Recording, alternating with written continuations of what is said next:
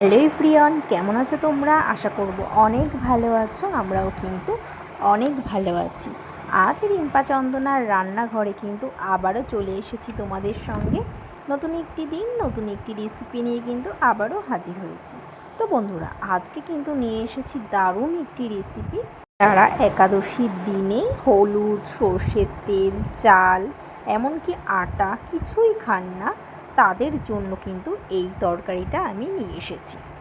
তো বিশেষ করে অনেকেই আছে যে একাদশীর দিনে কিন্তু কোনো রকম কিন্তু কিছু খায় না। তো তাদের জন্য আজকে এই রেসিপিটা নিয়ে হাজির হয়েছি। আমরা তো সবসময় তরকারিতে তেল মশলা দিয়েই আমরা খাই, কিন্তু স্বাদ কিন্তু হয় না। তেল মশলা ছাড়া তরকারি যে এত ভালো লাগে, এত সুস্বাদু, বাড়িতে না করলে একদমই বুঝতে পারতাম না। আমার ছেলে যেহেতু একাদশী করে, হলুদ, তেল, আটা, চিনি কিছুই খায় না, তার জন্যই কিন্তু রেসিপিটা করা। যেহেতু একাদশী করা হয়, আমি এখানে সবজি কেটে নিয়েছি, লাউ, ডাঁটা, টমেটো, আলু আর কিন্তু কাঁচা লঙ্কা আমি এখানে কেটে নিয়েছি। বেশ কচি ছিল ডাঁটাগুলো, আর লাউটাও খুব টাটকা ছিল, কচি ছিল। তো সব কিছু আমি কেটে নিয়েছি। আর রেসিপিটা কিন্তু আমি কড়াইতে করব না, প্রেশারে করব। তোমরা চাইলে কিন্তু কড়াইতে করতে পারো, প্রেশারেও করতে পারো। যেহেতু আমি প্রেশারে করব, এর জন্য কিন্তু আমি ফার্স্টে ঘি দিয়ে দেব। ঘি দেওয়ার পর কিন্তু এই যে আমি গাওয়া ঘি দিয়েছি। ঘি দেওয়ার পর আমি এখানে হাফ চামচ মতন কিন্তু গোটা জিরে দিয়ে, একটা শুকনো লঙ্কা, দুটো তেজপাতা দিয়ে ফোড়নটাকে ভালো করে নাড়াচাড়া করে আমি টুকরো করে রাখা আলুগুলিকে কিন্তু আমি দিয়ে দেব। যেহেতু শক্ত আলু আছে আর ডাঁটা আছে, তো আমি ফার্স্টে আলু আর ডাঁটাকে দিয়ে খুব ভালো করে নাড়াচাড়া করে নেব। তারপর আমি চেরা কটা কাঁচা লঙ্কাও দিয়ে দেব। এবার আমি লাউটাকেও দিয়ে দেব। ছোট ছোট করে আমি লাউটাকে কেটেছিলাম, বেশ কচি ছিল লাউটা। তো লাউটাকেও আমি প্রেশারের মধ্যে কিন্তু দিয়ে দেব। এবার আমি দিয়ে দেব টমেটোমের টুকরো। তো টমেটোমের টুকরোটাকেও আমি দিয়ে দেব।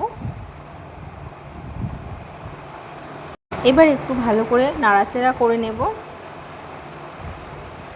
খুব ভালো করে কিন্তু আমরা নাড়িয়ে নেব। তো দেখো, আমি কিন্তু খুব ভালো করে কিন্তু মিশিয়ে নিয়েছি।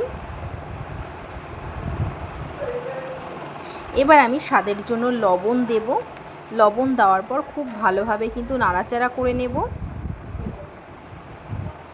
এবার টমেটোটা কিন্তু মজে গেলে কিন্তু আমি কিন্তু অল্প জল দেব। তোমরা চাইলে কিন্তু বেশি জলও দিতে পারো, কমও দিতে পারো, সেটা তোমাদের ব্যাপার। তো আমি এখানে জল দিয়েছি। জল দিয়ে খুব ভালোভাবে নাড়াচাড়া করে নিয়েছি।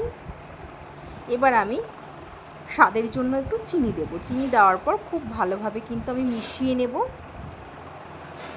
এবার প্রেশারের মুখটাকে কিন্তু আমি ভালো করে আটকে কিন্তু একটা সিটি দিয়ে নেব। এবার আমাদের একটা সিটি দেওয়া হয়ে গেছে। এবার প্রেশারের ভাপটাও চলে গেছে, ভাপটাকে আমি বার করে দিয়েছি। এবার আবার প্রেশারটাকে আমি বসিয়ে দিয়েছি। এবার আমি এখানে অল্প পরিমাণ আদা গ্রেট করে দেবো, কারণ আদা গ্রেট করে দিলে দুর্দান্ত লাগে খেতে। এবার আদা দিয়ে খুব ভালোভাবে কিন্তু মিশিয়ে নেব। খুব ভালোভাবে মিশিয়ে দেবো, খুব সুন্দর একটি গন্ধ আসে। এবার আমি উপর থেকে একটু ধনেপাতা কুচি দিয়ে দেবো। আর যেহেতু আমি কোনো রকম মশলা কিছুই আমি এখানে ব্যবহার করিনি, একাদশীতে আমি রেসিপিটা করেছি, তো যারা এই যে আটা চাল কিছুই খান না, তাদের জন্য এই রেসিপিটা একদম পারফেক্ট। তো এবার কিন্তু আমি কিন্তু একটি কাঁচের বোলে কিন্তু নামিয়ে ফেলবো। এই তরকারিতে আমি কোনো রকম মশলা কিছুই কিন্তু দিইনি, তেল কিছুই না। তো এবার কিন্তু আমি একটি বোলে কিন্তু নামিয়ে ফেলেছি। হয়ে গেছে কিন্তু আজকে আমার একাদশীর দিনের রেসিপিটা। এই রেসিপিটা করতে আমার কোনো রকম কিন্তু খাটনির প্রয়োজনও হয়নি।